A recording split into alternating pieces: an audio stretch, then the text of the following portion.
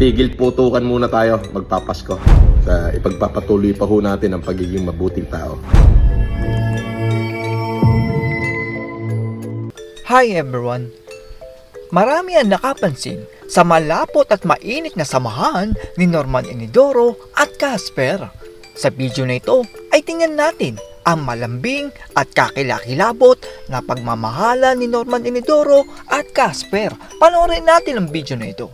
Umpisahan natin ang video sa pagka-inlove ni Casper dahil sa pag-i-bike ni Norman Enidoro.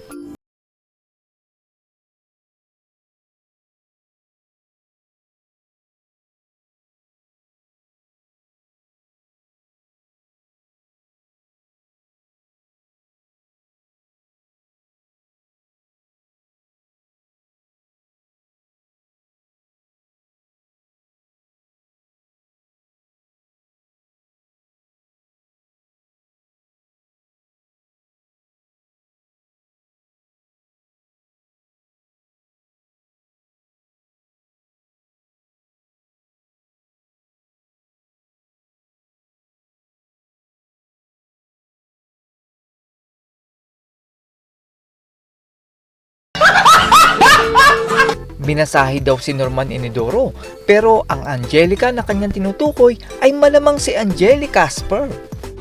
Nakakatulog ako. Minasahe ko ni kagabi, ni Angelica.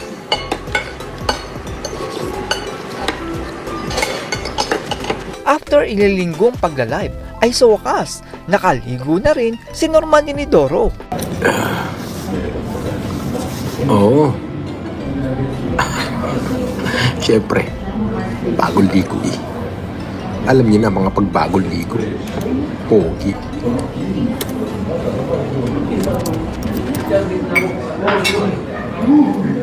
Ito naman po ang mensahe ni Norman Enidoro sa kanyang boylet na si Casper. Doon sa mga taong nandyan lagi sa tabi ko, dalangin ko na pagpalain kayo ng Diyos. Dalangin ko na sana ay makasagasa kayo ng masyadong maraming kayamanan. Masagasaan nyo sana yung kaunlaran, kapayapaan sa inyong mga puso. At pinapanalangin ko yan sa ating dakilang lumikha na pagpalain kayo. Alam mo, misteryosong gumalaw ang Diyos. Mukhang handa naman itong si Norman Enidoro ng kamao sa kamao. Pero nung pinuntahan siya ng vlogger, nagtago naman si Norman Enidoro. At para naman doon sa aking mga heckler, tigil putukan muna tayo, magpapasko. Pagdating na lang ng January, bakbakan ulit tayo. Bakbakan ulit tayo sa January. Ano yun? Talagang upakan kung gusto nyo. But anyway, hayaan muna nating lumipas ang Pasko't Bagong Taon. Enjoyin mo muna natin nang walang stress. Abangan naman daw natin ang update ni Norman Enidoro sa kanyang humanitarian at magiging mabuting tao daw siya. Ang tanong, kailan naging mabuti si Norman Enidoro? Diyan sa mga basher, huwag guys pakaang-kaang dyan.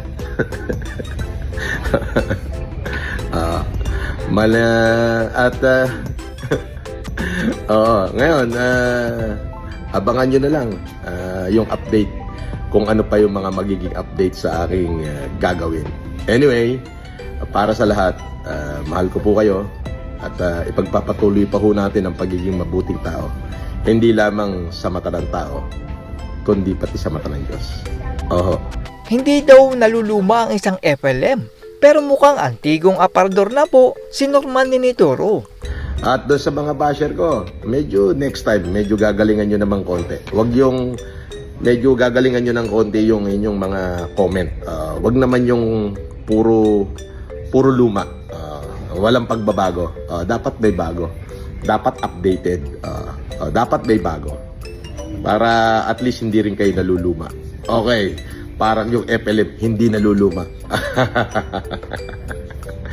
Dahil naka-premil naman si Norman Enidoro, ay gusto niyang kainin ng pinakamahal na pagkain. Ano yung pinakamahal? Pinakamahal? Oo, yung pinakamahal kahit di ko makain. Gusto ko lang, nagtitrip lang ako. Pinakamahal. Sir, yung sa Japan po. Sige, asan yung Japan? Chashu or shoyu. Kahit Dalawa alin lang dyan. yung choices natin. Sige, sige. Hindi ko alam yan eh. Diyos ko.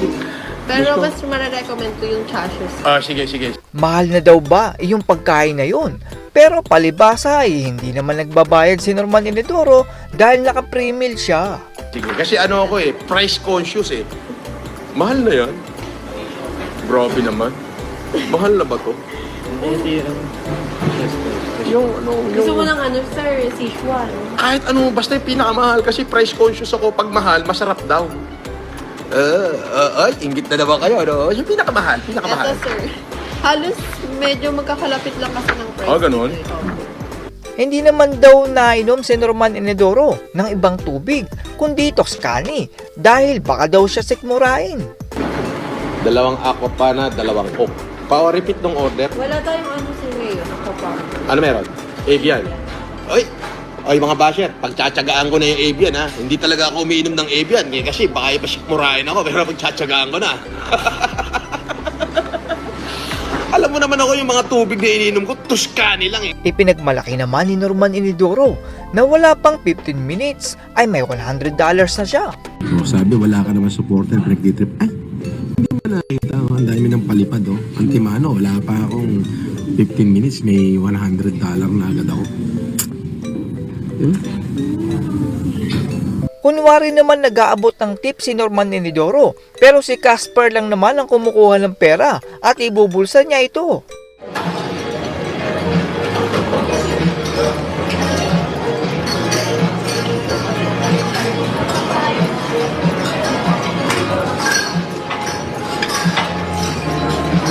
Kuya,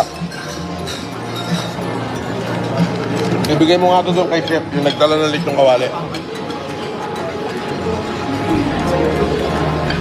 Salamat ka mo.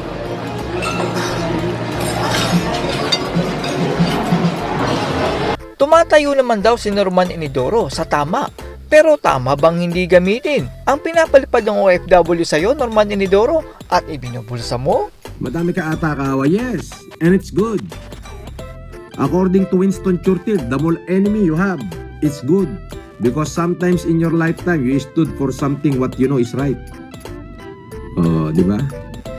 May team daw si Norman Inidoro pero parang si Casper lang naman ang kanyang palaging kasama.